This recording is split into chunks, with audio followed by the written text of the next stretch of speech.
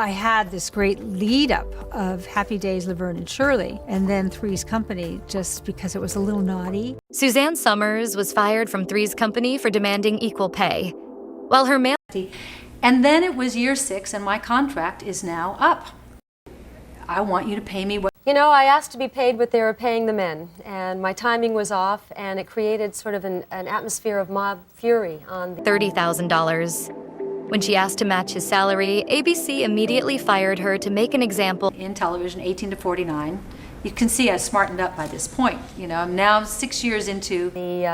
on the show, and it was one of those things that was very painful for me because I never meant to leave that show, but you learn stuff about the business. And I'm looking around and thinking, why are all the men, including John Ritter, making 10 times... No, in retrospect, the greatest thing that happened to me was getting fired from that show. I wish I could have finished that character. Suzanne Summers was fired from Three's Company in 1981 for asking to be paid the same as her male co-star. But what happened next was worse. Police escorted her to a tiny room. She filmed 1-minute phone calls alone. Her co-stars got color-coded scripts to avoid her. Hollywood blacklisted her completely. Then she did something no one expected. She moved to Vegas and picked a completely new path. In the end, the woman they tried to destroy became richer than all of them. Suzanne Summers was born on October 16, 1946, in San Bruno, California. Her childhood home wasn't just poor, it was chaotic. Her father worked as a beer truck loader, barely making enough to feed the family. They were Irish Catholic and raised with the idea that you don't talk about your problems. Suzanne grew up feeling unsafe and ashamed, especially because her father was an alcoholic. He wasn't just a drinker, he was violent. His rage terrified everyone. Suzanne remembered nights when just hearing his car pull into the driveway would send her and her siblings running to hide. They were so scared they often wet the bed, even as teenagers. This wasn't a one-time thing. It was every night, and it left scars that didn't go away. At school, things weren't any better. Suzanne had dyslexia, but no one knew how to handle that in the 1950s. She couldn't concentrate because she hadn't slept, and her teachers called her lazy. She couldn't explain what was going on at home because no one talked about those things. It felt like the world had decided she was a failure before she even had a chance to prove herself. Then, when she was just 14, everything collapsed. A few notes she wrote, never even sent, to a boy were found by her strict Catholic school. They were called inappropriate. That was enough to get her expelled. No questions, no second chance, just more shame. And once again, she felt like she didn't belong anywhere. But something finally gave her a reason to breathe. In the middle of all the darkness, she found the stage. She got the lead role in HMS Pinafore, and it changed everything. Later, she even won an award for her role in Guys and Dolls. On stage, she wasn't the girl hiding from her father. She was alive, confident, and seen. It was the first time she felt like she had value. Theater didn't just save her, it gave her something to fight for. Then came the night that changed her forever. She was 17 and getting ready for prom. Her mother had made her dress by hand, but her father came home drunk, furious, and tore it off her while screaming that she was nothing. That moment broke something in Suzanne. In shock and rage, she grabbed a tennis racket and hit him in the head. It was the first time she stood up for herself. Years later, she would say that night lit the fire inside her, the fight to survive, to never let anyone silence her again. She tried to escape by chasing education. She won a music scholarship to the San Francisco College for Women and became the first in her family to attend college. But freedom was short-lived. Just a few months in, she got pregnant by her boyfriend Bruce Summers. In the 1960s, that meant one thing: marriage. She dropped out and married Bruce just before turning 19. It wasn't love, it was survival. But that didn't stop the regret. Her dreams of independence vanished overnight. Instead of music and college, her life became about diapers and bills. Her son Bruce Jr. was born in November 1965. She was barely 19. Motherhood brought her joy, but also overwhelming loneliness. The marriage didn't last. Suzanne was deeply unhappy and eventually began an affair with her old drama teacher. When Bruce found out, it was over. By 1967, she was divorced and a single mother barely keeping it together. Things got worse. She struggled to find work and money. Modeling gigs helped, but they were never enough. By 1970, she couldn't even pay rent. She wrote a $250 check that bounced. That led to her arrest in March 1970. She was thrown in jail in San Francisco with bail set at $1,250, 5 times what she owed.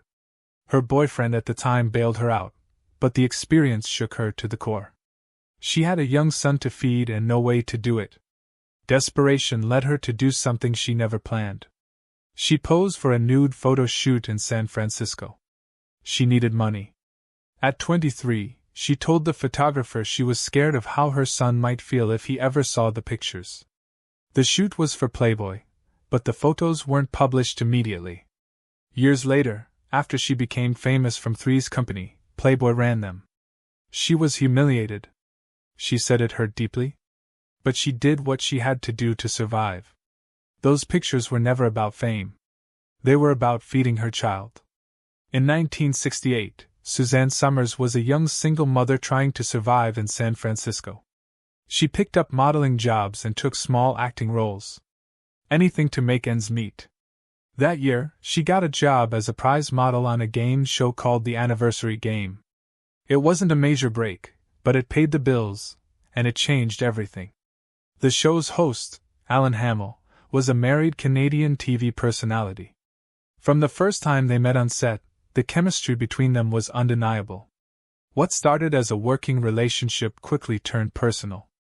Alan would eventually become her husband and her business partner, helping her rebuild her career after Hollywood turned its back on her. But in 1968, all of that was still far ahead. At that moment, they were just two people whose connection had sparked in front of studio lights and behind the scenes. Their affair began quietly. Alan was still married. Suzanne was broke, raising her son alone. They couldn't stay away from each other. Soon she got pregnant. With society being less forgiving and Alan still tied to another family, they made a painful decision. Suzanne had an abortion. It was not only emotionally devastating but physically dangerous. She suffered heavy bleeding and a serious infection that left her bedridden for days. That experience never left her. Years later, she spoke openly about the pain, the shame, and the lies she told to survive. She said she felt like she was always hiding, manipulating, blaming herself. That chapter of her life didn't break her, it hardened her. It also gave her a new sense of strength and a promise to be more honest about who she was and what she'd been through. Before fame ever came knocking, she was grinding. Suzanne sold homemade desserts to restaurants. She made little dresses by hand and sold them on consignment. She modeled whenever someone would hire her. But then came a flash of screen time that would unexpectedly open doors. In 1973, she appeared for just a few seconds in American Graffiti. She didn't have any lines. She was the blonde woman in the white Thunderbird who caught Richard Dreyfuss's eye. That was it. But something about her face, her mystery, stuck in people's minds. That tiny role brought her real attention. Casting agents started calling. Small parts in shows like The Rockford Files followed, and soon after she landed the role that made her a household name, Chrissy Snow on Three's Company. All because of a few seconds of screen time and a haunting smile through a car window. But behind the rising fame, real life was still throwing punches. In 1971, her son Bruce, only 6 years old, was hit by a car. He survived, but the trauma was deep. Suzanne didn't have money for expensive treatment, so she found a therapist who charged just $1 a week. That therapist saw Bruce first, then Suzanne. And slowly, week by week, they both started healing. For Suzanne, it wasn't just about recovering from the accident, it was about facing her past, her childhood full of chaos and abuse, and finding a way to move forward. That $1-a-week therapy changed her. It helped her find her voice, fix her confidence, and eventually become an advocate for others facing the same kind of pain. Years later, she even founded a nonprofit focused on how addiction affects families. She knew what it meant to live through it. By 1977, Suzanne and Alan had weathered nearly 10 years of ups and downs. Secret meetings, painful choices, public judgment, they'd been through it all. On November 19th, they finally got married. The ceremony was both Catholic and Jewish, symbolizing their mixed backgrounds and their shared future. That day wasn't just a wedding, it was the beginning of a lifelong partnership that blended love with business. Alan didn't just love Suzanne, he believed in her. He managed her career, helped her rebuild after she was fired from Three's Company, and stood by her side as she launched health products, wrote books, and became a Las Vegas star.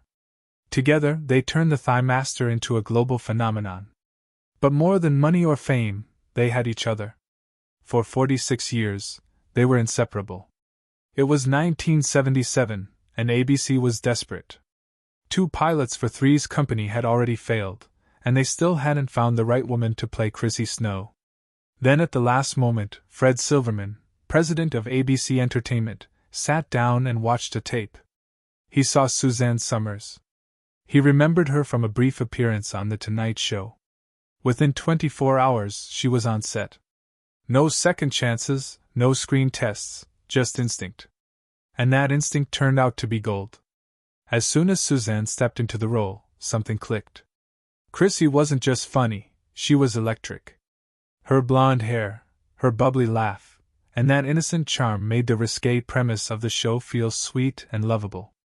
3 roommates, 1 man pretending to be gay just to stay in the apartment. It was bold for the time, but it worked because of Chrissy. Because of Suzanne.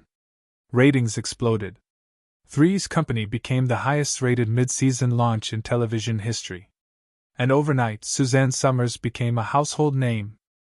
But even as her face lit up magazine covers and her character dominated the show, there was a dark truth behind the scenes. While John Ritter, her male co-star, was earning $150,000 per episode, Suzanne was making just $30,000. That's a fifth. They were both leads. Chrissy was arguably the breakout. Yet the gap was massive, and growing. Suzanne was everywhere: talk shows, red carpets, People's Choice Awards. Still, she was paid like she didn't matter. She didn't stay quiet about it. She spoke up. She asked to be paid the same as Ritter. Not more, just equal. And when she did, she was met with stone walls and cold shoulders. Her request became a national story. The headlines weren't kind. Many painted her as greedy, as if asking to be treated fairly was some kind of crime. But she didn't back down. Suzanne's work on Three's Company was more than just a performance. It was a creation.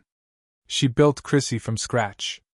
What could have been a shallow stereotype turned into something joyful, smart, and hilarious.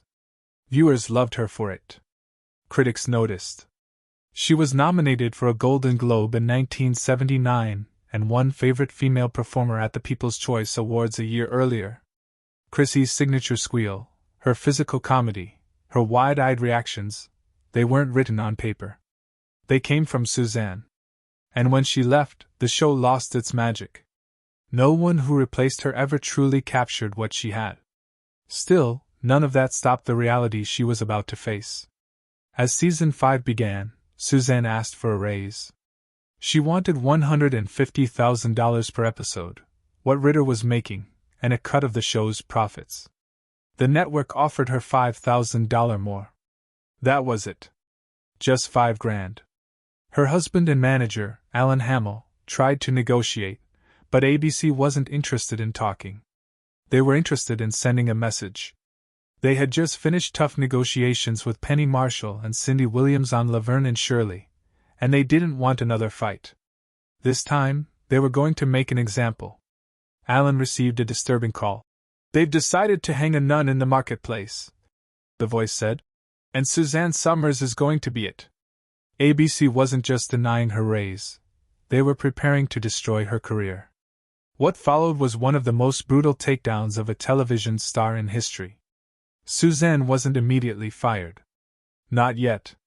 Instead, they humiliated her. She was banned from rehearsals, banned from speaking to her co-stars, escorted by police to a tiny set where she filmed 1-minute phone calls pretending Chrissy was away caring for her sick mother. The set had a chair, a phone, and a lamp. That was it.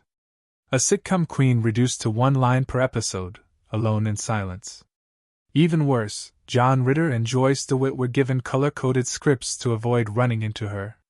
There were no goodbyes, no final hugs, no tribute episode. Chrissy Snow just faded out, quietly erased. No one said her name again. She was gone. And the isolation wasn't just on set. It followed her everywhere. Her co-stars stopped speaking to her. She felt abandoned, betrayed. It was like being shunned from your own family. She later said that pain stayed with her for years. All because she wanted to be paid the same as the man standing next to her on screen. In 1981, Suzanne Summers was officially fired. But the punishment continued. She was blacklisted and branded as difficult and ungrateful. Hollywood didn't just drop her, it erased her. Friends vanished. Calls went unanswered. Producers avoided her like a scandal. She once said she felt embarrassed to be seen in public. She didn't just lose a job, she lost her identity. Without Chrissy Snow, she didn't know who she was anymore. Her husband, Alan Hamill, later said it felt like they were trying to hang a nun in the marketplace just to scare off other women from asking for equal pay. She didn't do anything wrong, except speak up. But in those days, that was enough to ruin you. With no work coming in, she packed her bags and left town.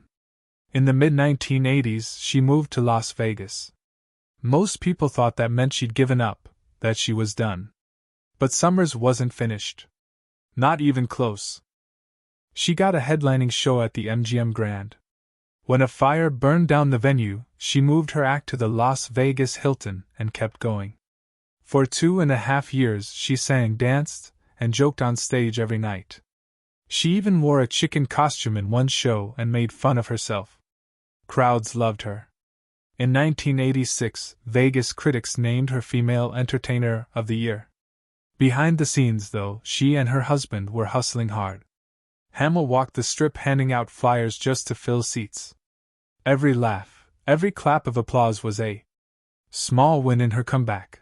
Las Vegas became her lifeline, a place where no one cared if you'd been blacklisted as long as you could still put on a show.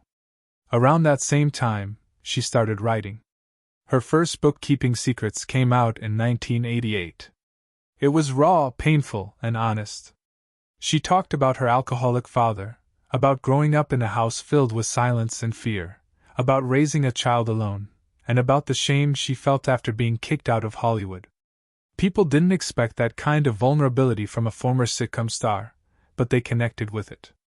The book became a #1 New York Times bestseller. Later it was even turned into a movie. More importantly, it gave Summers a voice again. She went from being that girl who got fired to a woman who could write, speak, and move people. She also launched a foundation to help families dealing with addiction. That story, her story, wasn't just entertainment. It gave other people the courage to open up about their own pain. But that didn't mean things got easier. Summers still battled depression and constant self-doubt. She once said, "Without Chrissy to define me, I didn't know where I fit in." Her therapist told her she had the lowest self-esteem they had ever seen. Coming from someone who once owned every room she walked into, that was a brutal truth. And with a family history full of alcoholism, her father, her siblings, she knew where her pain could lead. But she didn't go down that path. She didn't drink. She didn't spiral. Instead, she went to therapy. She forced herself to understand where the pain came from. And bit by bit, she used that pain to rebuild something stronger. Then came one of the most unexpected turns of her life. In the early 1990s, Summers bought a $500 pair of Manolo Blahniks. She walked into the room wearing them with nothing else but underwear and waited for her husband's reaction. He didn't even look at the shoes. He just said, "Great legs." That one comment sparked a $1 million idea.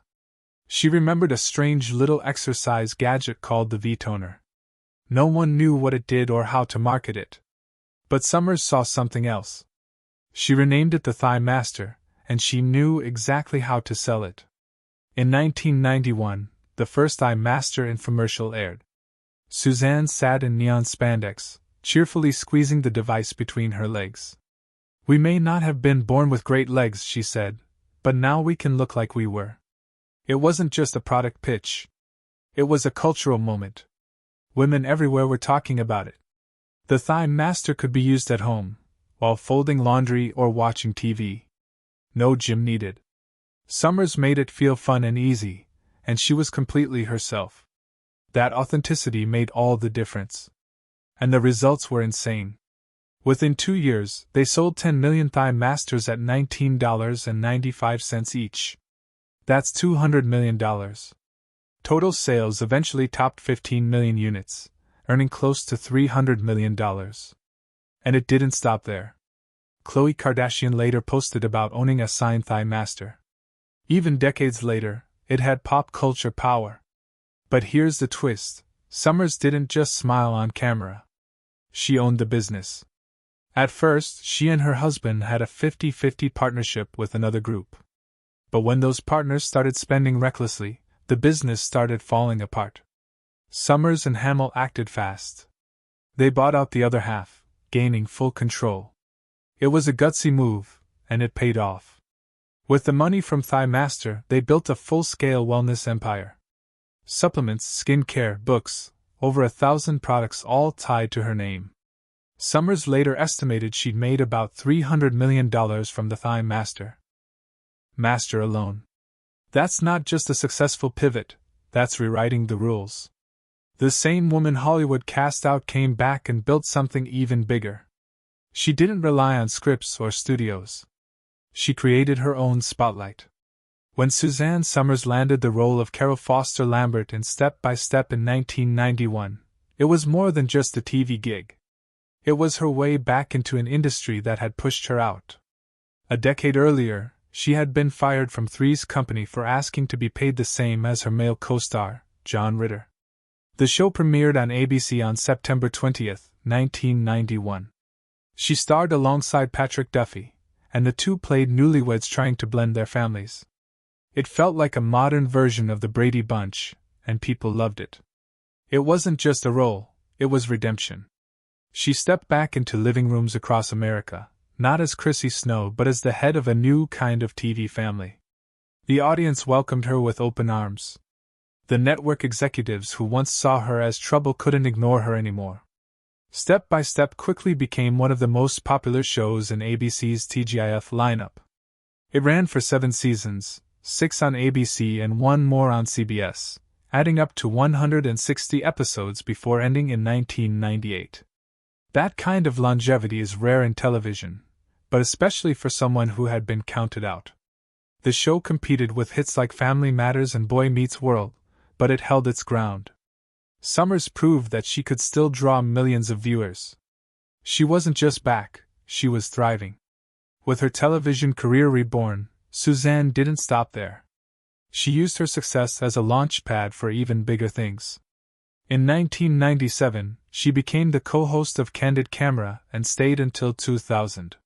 She brought her charm and humor to a new generation of viewers. But what made her different from other stars was how she turned fame into business. She became the face of the ThighMaster. Over 10 million units were sold. She wrote more than 25 books, 14 of them became bestsellers. She built her own product lines in fitness, beauty, and health. Even in the 90s, when most actresses her age were fading from the spotlight, Suzanne was building a brand that only kept growing. Then, in 2000, life threw her another curveball. She was diagnosed with breast cancer. What happened next shocked doctors and the public alike. Suzanne refused chemotherapy. Instead, she turned to alternative treatments, including Iscador, an extract from mistletoe. Doctors warned her against it, but she stood firm. She believed the American healthcare system was over-reliant on chemicals. She said, "We women are the sickest women in the world in the United States from excessive chemicalization." It was a bold statement, and it sparked a fierce national debate. Some praised her for speaking up. Others accused her of encouraging dangerous ideas. But controversy didn't scare her, it only fueled her. She became even more vocal about health and aging. On The Oprah Winfrey Show, she described a daily hormone routine that involved vaginal injections and swallowing 60 pills a day, 40 in the morning, 20 at night. Viewers were stunned. Medical experts were furious. They said the treatments were risky, especially for someone with hormone-sensitive cancer. But Suzanne didn't back down. She said it helped her feel young, alert, and full of life. And despite the backlash, interest in bioidentical hormones skyrocketed. Her books flew off the shelves. People were listening. She wrote titles like Eat Great, Lose Weight and Breakthrough, 8 Steps to Wellness.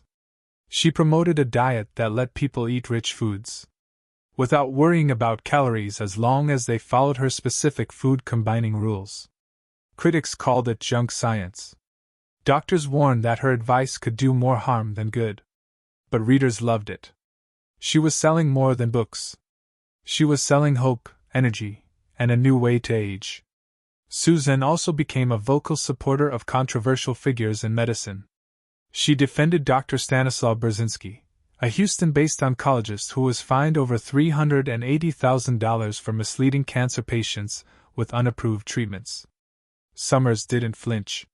She featured him in her book Knockout and praised his work publicly. Medical boards issued warnings. Cancer organizations criticized her. But to her fans, she was a fearless voice who dared to question the system.